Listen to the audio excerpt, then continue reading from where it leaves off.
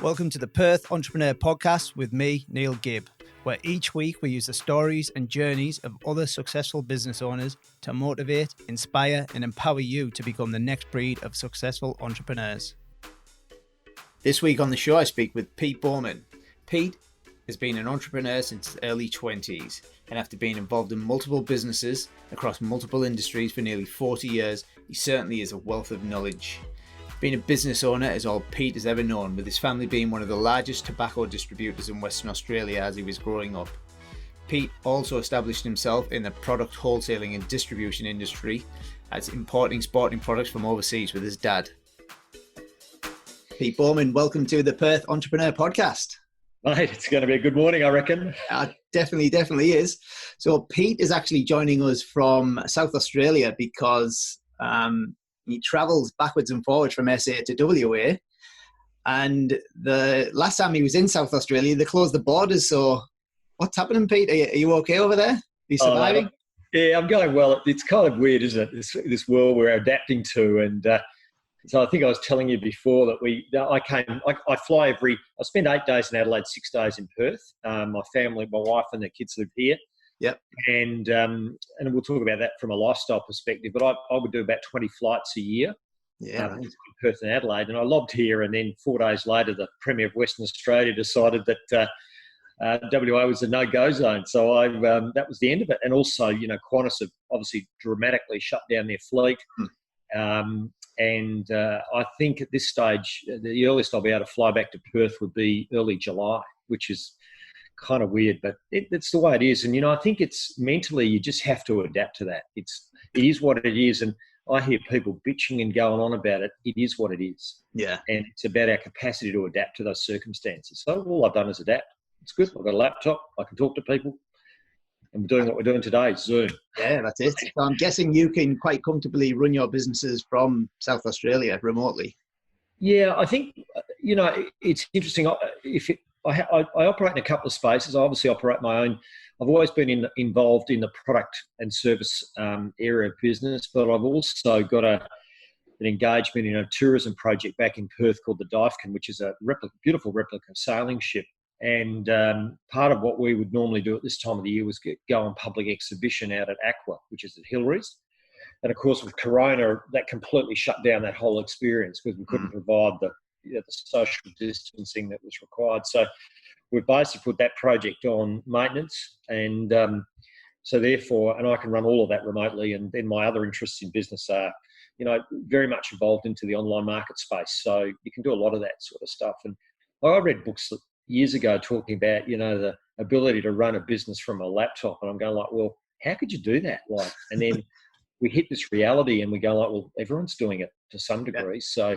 But I must admit, mate, I love association. I do miss the interaction with people. Although we're talking on a screen today, the reality is I'll be happy sitting there having a chat with you at a coffee table. Last time we did catch up, we had a coffee, didn't we? So we did. Times have changed. Yeah. But like you say, as humans, we adapt really well. Yep. And I mean, you've been in business for nearly 40 years now, haven't you?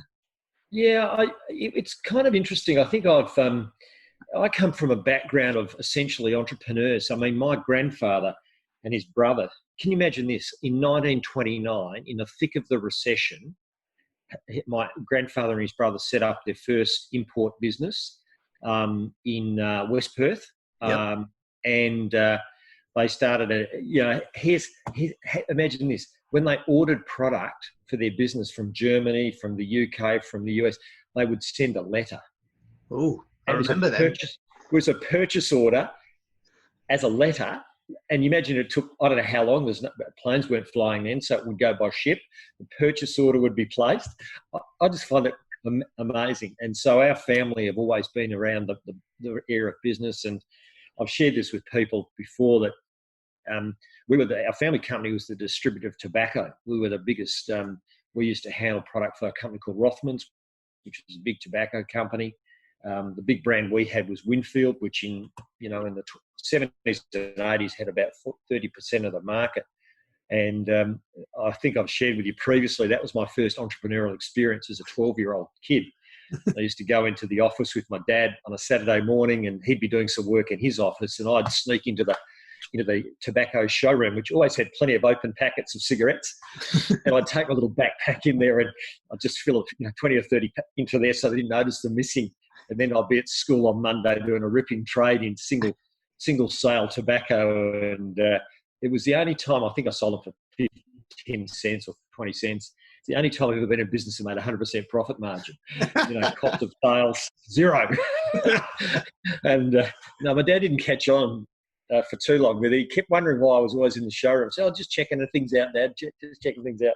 It was great fun. But, we evolved from that. And my dad was really strong in the sports industry as well. So he was in tobacco and we were also in sport. And so he and I together set up a business when I was 21, and we were importing products from overseas. We were very active in the tennis industry, cricket, Aussie rules, and then we were distributing, ironically, we were distributing rugby league jumpers into Western Australia to all the retail sports stores. We set up a distribution partnership with a company in Sydney, and we did really well. And out of that, we, in 1987, you might remember, for those of you who are old enough, the America's Cup was won by Australia in 1983. Mm-hmm. We had so I was 27 at that stage, and we had the America's Cup circus was basically going to come to Fremantle, and hopefully lots of people, which actually did happen. And we designed a range of product, which was rugby jumpers, but they had a real appeal for the yachting market. And I remember walking into Woolworths one day to see their purchasing manager, and I walked out. I was 27. I was really naive, and I walk out with this order for about $80,000 to I think it was $80,000 worth of product. Yeah. Okay, and I'm going, great. Now we've got to make it, and we're going. Okay, and our team had never made this product before, so I had about 12 people working in my factory at that stage. And so we had this massive order that it sounds like in dollars and cents it wasn't a lot, but in units sold, it was something like, I think the unit price was about $20 or $30. So it was about a 3,000 to 4,000 piece order that we'd never done before. And so here I am as a little 27-year-old cutting loose, and it was just amazing. But from a business point of view, it really challenged me, because I went, and this is a real thing for business owners who listen. I went from 1 year doing 400,000 in sales to 1.5 million within 12 months. Wow. And at that time, if you were borrowing money, we were borrowing money at 18%. That was our overdraft rate, was 18%. Mm-hmm.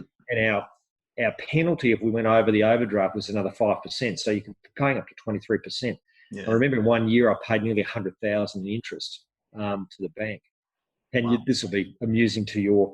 So what I've learned from that is you really have to have your head around your cash flow. And I remember having this conversation with my bank manager one day. He rang me up because we were overdrawn. We were always overdrawn, and I had money coming in, and it was just this gap between paying my staff and the money coming in. So he rings me up one day and he says, "Pete, I've got a problem with your account."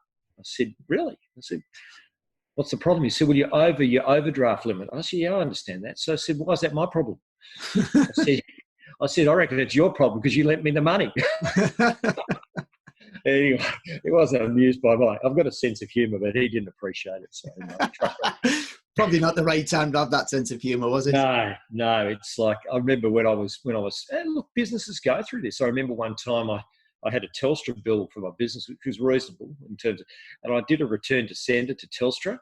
And I said, right, return to sender on the envelope and send it back to them. And someone said to me, "Why did you do that?" I said, "Well, it gave me an extra 3 weeks to pay the bill." So it's like, but being in small business, look, it's challenging. It's like really, particularly if you grow from beyond your own skill, you then think, "Oh, I've got to bring someone else in to support my initial skill." And you don't realise sometimes what you have to do to increase your turnover to cover that jump in on cost for bringing someone in to support your team or add to your team. And you go, "Wow, we've got to increase our turnover by $100,000 or $200,000 just to cover the wage cost." Mm-hmm. And so we got caught in that dilemma of growing really too fast. Yeah, right.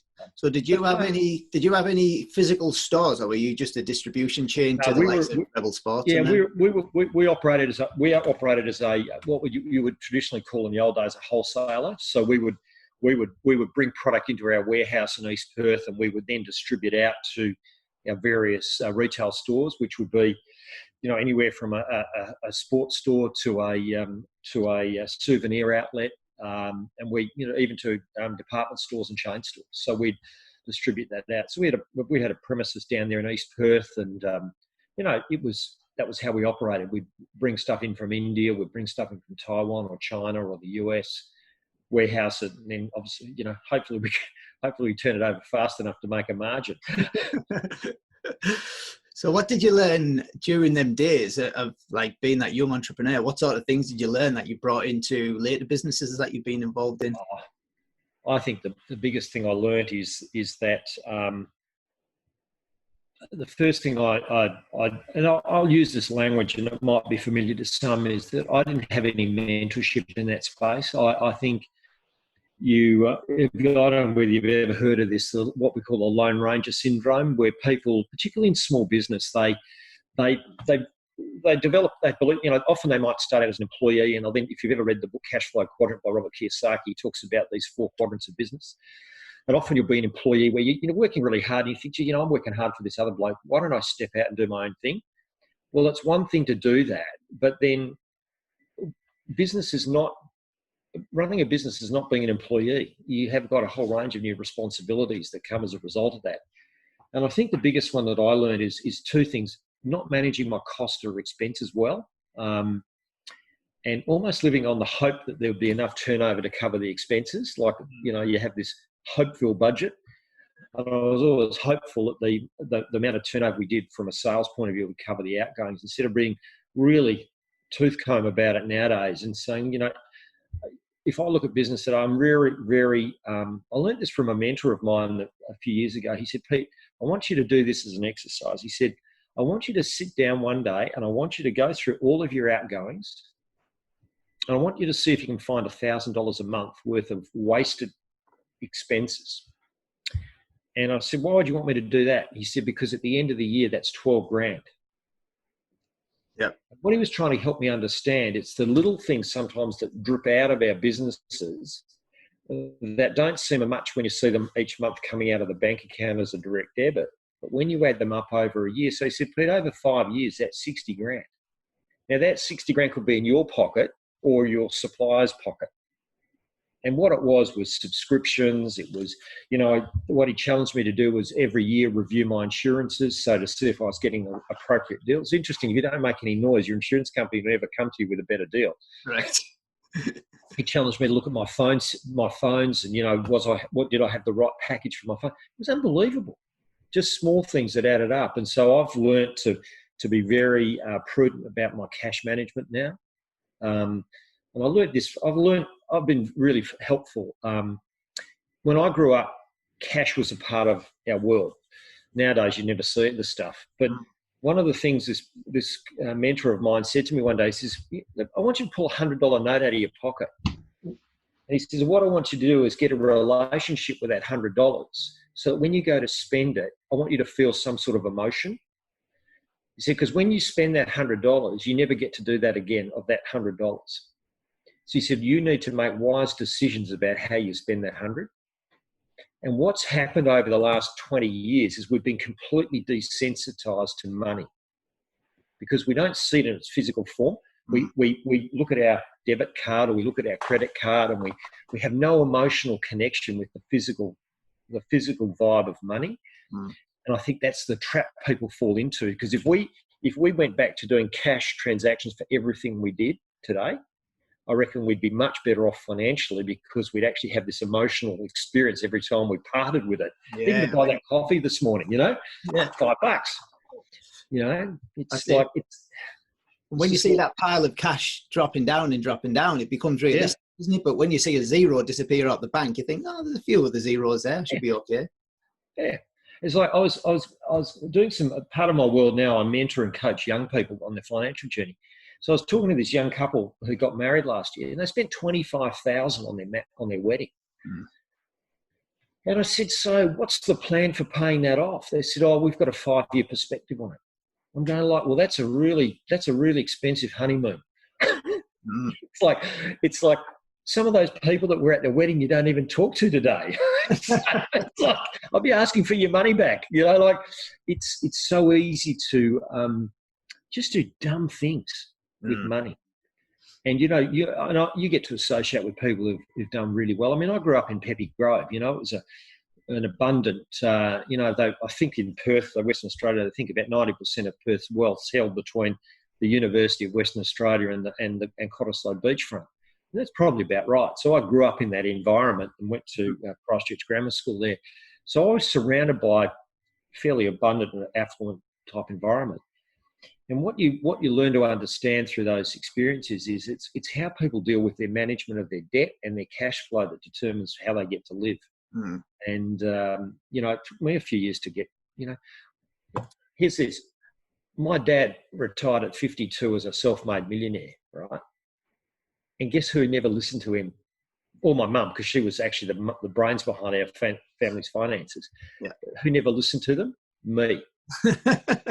Because when you're in that son-parent relationship, you think, surely there's someone else can provide me with better advice than my mum and dad. But you've been around that kind of environment all your life, haven't you? I mean, have you ever had a normal PAYG job? Well, in my yes, I have, because one of the things I could never have a job because I don't have the long term. I could never have a career path because I get bored. Right? I don't know whether people on this podcast or listening to this podcast are probably the same. My brain just can't cope with the repetitiveness of the same old, same old. And so what I am stimulated by is, and over the years I've been invited by people to come and participate in particular projects. So that journey began. On a couple of stories, but in 2009, I was approached by a colleague of mine, John Longley, who was very much involved with Alan Bond and the America's Cup back in the years, nearly 20 years. Mm-hmm.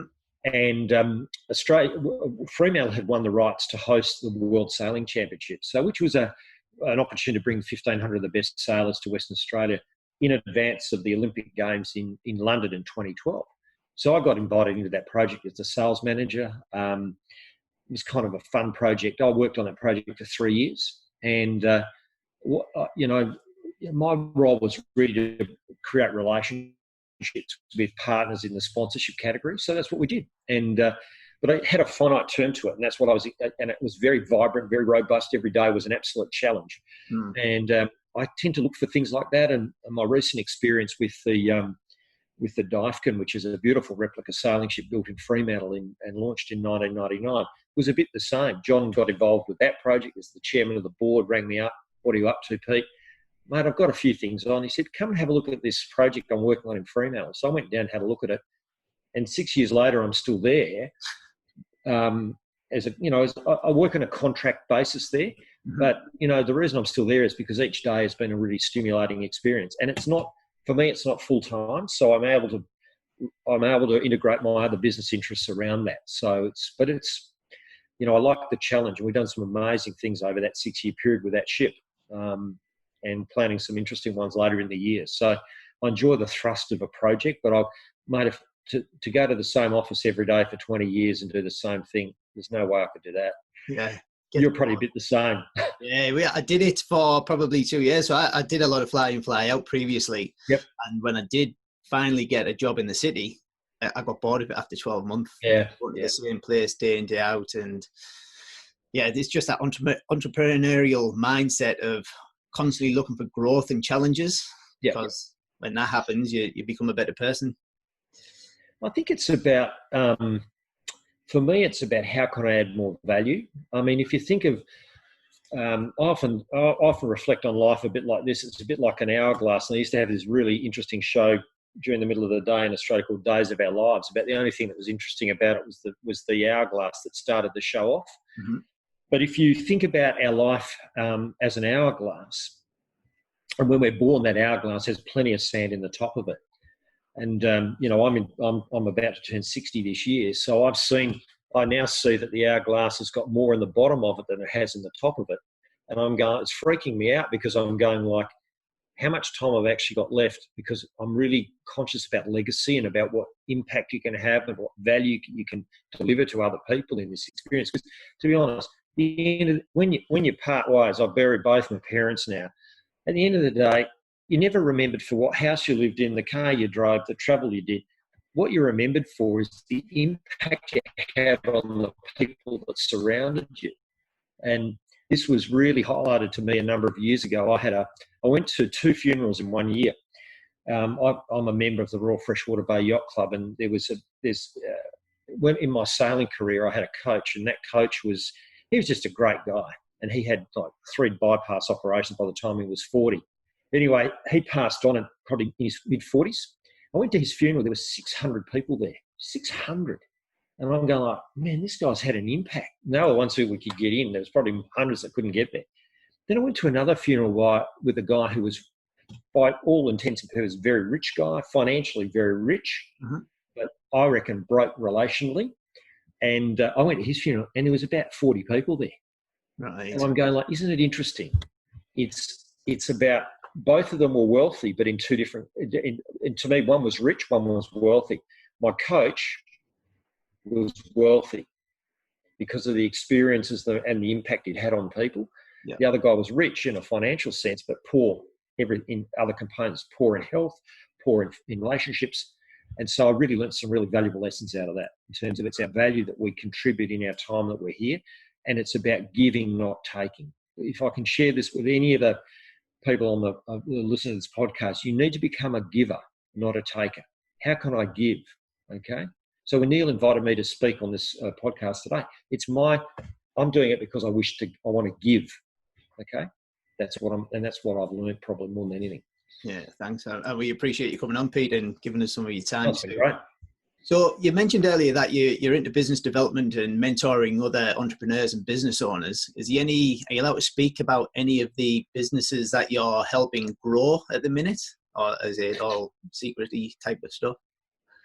It's interesting, how you have different experiences. I remember doing some business coaching for a short period of time, and it was good fun. But, I got incredibly frustrated with business coaching in the traditional sense, because here's what was it. If anyone wants me to ever business coach them again, unless they give me a percentage of the business that we create, it really doesn't interest me. Because what was really fascinating, this is one of the things I think I observed with smaller businesses. In most cases, smaller businesses get totally tied up in a reactive mode. All they do every day is react to the circumstances of the day. And what I found was strategically planning for those businesses was awkward, because the owner of the business, because they're self-employed, they often didn't have the brain power to actually work on their business, right? There's a great book called The E-Myth by Michael Gerber, where he talks about the practitioner in a business gets caught working in their business instead of on their business. And what frustrated me from a coaching perspective was I was hands-on with these business owners, but what would happen is I'd come back and see them 2 weeks later, and everything we talked about doing, nothing had been done. Yeah. So, and I realised why is that because there was a finite amount of time that their brain could handle working with their business, because most of it was in their business. The available time was when they finished there, so it might be 6 o'clock at night, and their brains they're finished. So I found that being an effective coach was really difficult. So I thought, I need to bail out of this. So one of the things I did it would have been about 2006. I'm doing a little bit what you're doing. I decided I wanted to interact with people at a different level. So I created an organisation called the Club for Aspiring Entrepreneurs. Yep. And it was really a format where we, in a physical sense rather than an online sense, we had a physical experience for people to come along to an environment where I'd organise a guest speaker, we organise an auditorium, and away we go. And so here's a novel idea. So the first evening I thought, this is my idea. I have no speaker and no audience. That's a really good place to start. So I rang up a guy called Kim Illman, who runs a company called Messages on Hold, very successful business, very entrepreneurial minded. And I met him when his business was in the back room of his house, and it's grown into a multi-million-dollar business. So I invited him along and said, mate, I've got this Club for Aspiring Entrepreneurs. I'd love you to be our first guest speaker. So it's the old dilemma, isn't it? Well, I've got my guest speaker now I need an audience.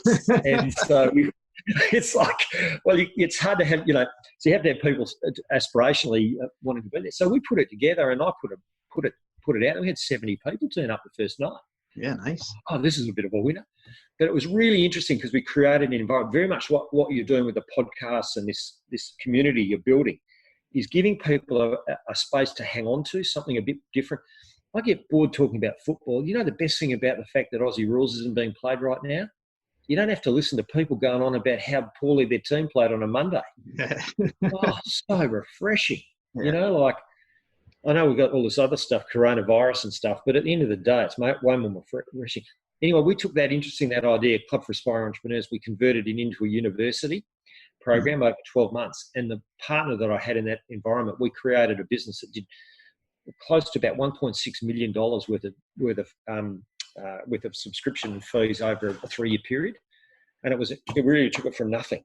And I'm going, so that's the art of entrepreneurialism. So what I've done is that I've taken that into a space where we provide a mentorship environment. I'm very much trying to get younger people to understand that just because you've got a uni degree and a $60,000 HECS debt doesn't mean you're going to get a job. Mm-hmm. You know, I was only talking to one of the girls that I'm mentoring at the moment. She's just about to finish an engineering degree. And I said, how's it looking for you? She said, there are no jobs out there. Yeah. None. Mm-hmm. I said, really, none?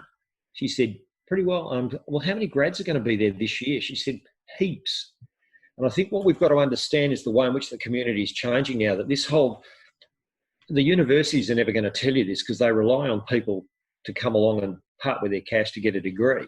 Yep. But the biggest thing that we need to understand right now is getting the marriage right between education and what the employer market actually wants. And with artificial intelligence and all the ways in which we're starting to do business, I think we've got to rethink about what we're offering students or people in their learning space, because I reckon there's going to be a whole bunch of these young people who really what they should be doing is teaching them a course during their year of uni studies now is baristering, because some of them, that's all they're going to get to do. It's like the degree's worth, that barista degree is worth more than your engineering degree now. And it's funny you say that, actually, because I had a guest on not too long ago and he was in marketing. And he said he'd done his marketing degree at university, and when he came out of it, he used none of the content from that course material in his business because they didn't teach him anything about online marketing. So he basically came out and taught himself, and everything just got left behind. So it's very similar to what you're saying now. The content isn't relevant to the life today. It's such a dynamic world. I mean, you think of the disruptors out there today and how quickly they've evolved. If you think about this, essentially Google was a disruptor, and we think we've had Google forever, but I think Google's only 10 years old now. Is that something like that? Is that about right? Google's been around about 10. Yeah, we think it's been around for like 30 years. Yeah. When I was one of the early adopters with mobile phones. So my first mobile phone cost $3,500. You didn't get it on it was huge. You didn't get on a payment plan. It was a uni den. It sat in my car. Its charge time was 12 hours to give you 1 hour of talk time. And when you travel anywhere, there was hardly any towers, so it wasn't really effective anyway. And I look at what we have access to today in terms of our mobile technology and go like, well, I bought a mobile phone, I think it was 1985, 86, something like that. And I think we're now 30 plus years on from that and looking at how fast that's changed. And I'm going like, I think we're naive if we think that career paths aren't going to be attacked in the same way. I mean, I look at the distribution business today, and I look at businesses like Alibaba. I look at Amazon. I look at the scale of these organisations. Then I walk down here in Adelaide. I walk down the main streets in some of these, where they were rural precincts, and see that, if you're a property owner right now and you've got retail commercial property, I'd be nervous about my long-term tenancy scenario, because this coronavirus is going to nail a lot of what we call bricks and mortar businesses. But if your business has been built around a property that you've had for 30 years and it's a bricks and mortar experience based on someone selling product on a retail basis, the scale at which it's really been interesting, because a number of those bricks and mortar businesses have realised very quickly that with this environment they needed to upscale to a web-based program, like they needed to web-base their businesses. Some of them have done really well. And I reckon they're going to go like, why have we still got our bricks and mortar shop? It's true. Why have we got it? Like, we don't need it anymore. So they've been forced out of necessity to transition, and they've gone like, wow. Think of it, I was reading yesterday, you think about some of these better restaurants who probably never thought of takeaway as part of their business mix. Mm-hmm. And they're going like, we're doing right out of this. Yeah. We could actually provide this as an ongoing part of our business model rather than when we go back to whatever normal is. We could actually still offer this as part of our product story. Why wouldn't we? Exactly. And why wouldn't we try and bypass the Uber Eats and the Deliveroo or whatever it is? Why don't we try and bypass those and set up a more direct relationship with our customer? It's good, like you said, it's forcing people to innovate. It's forcing people to do things differently, and they're seeing results because they're out of the comfort zone and they're getting results. Big time. And I think that's the issue for a lot of business owners is that they, so I'll give you an example. I was in the textile industry. I saw our industry go from, we were manufacturing apparel in Australia to a point where what I paid for raw fabric was the same price as a finished garment coming from China. So I had the raw fabric. I still had to convert that from raw fabric. So I still had the on cost of going from raw fabric to finished out item. And yet the Chinese manufacturing was landing in Australia with everything paid up. It was delivered, ready to go. And I'm going, how do I compete against that? I've got a here's an experiment in business failure, because I think you learn from these. So I've got a relationship in the shoe industry. I've got a business partner in Sydney. And if anyone's interested, I've got 20,000 shoes that have been branded with rugby league logos, etc. What's really interesting is so we bring those, how's this? We bring those shoes retail for $30, okay? Mm-hmm. $30. We land them into Sydney at $3.50. Yep. Now, the on-cost side, we put a wholesale margin or distribution margin on that. We bumped that up to about $12, $14. So we put a margin on there. Mm-hmm. The retailer's still making a 100% gross markup on that. But I'm thinking like, why do we need all the people in between? Why can't we, bring them in at $3.50, sell them out at $10? So suddenly all those people who have got a physical retail store with an online space, we can actually, the whole purpose of online is to get rid of costs of distribution. Mm-hmm. That's the whole reason it exists. That's it. So, I see some major shakeups. Like we live in Adelaide here. There's a department store here called Harris Scarf.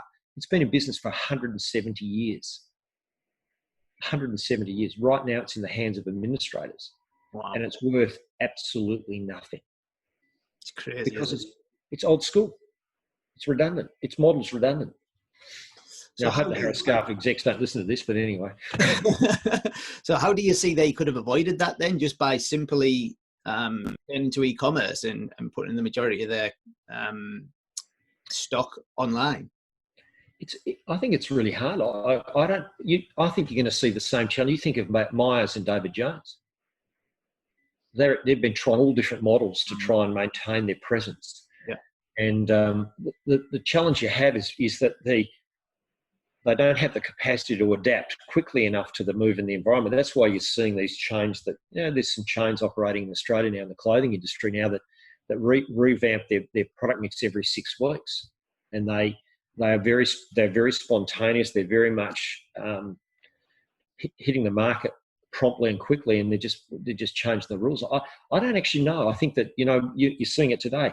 Kmart, Target, Big W, all under pressure, right? All of them. And you go like, so where are the people? And what they're trying to do is do the catch-up program on getting their online space set up. But you've got and then you're competing against all the other guys. I don't know how I ended up with this. I'm on this Wish thing that comes out of the US, a distribution platform. Mm-hmm. I look at some of the pricing. I'm going, how are they doing it for that price? Yeah. And it's because they just don't have that distribution sort of overhead. No.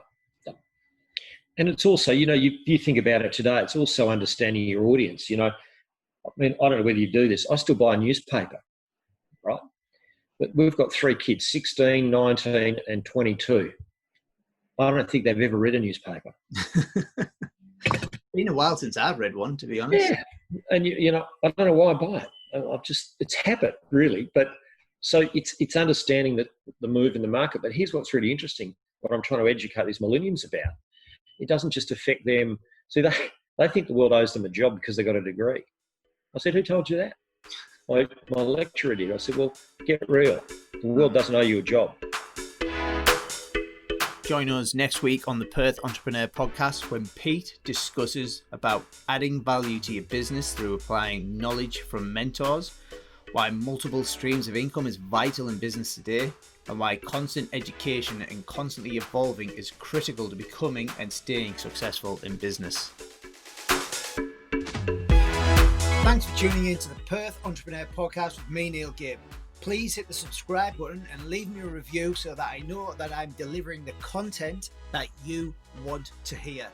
You can connect with me on Facebook, the Perth Entrepreneur Podcast, Instagram, Neil Gibb Pep Talk, and YouTube, Neil Gibb Perth Entrepreneur.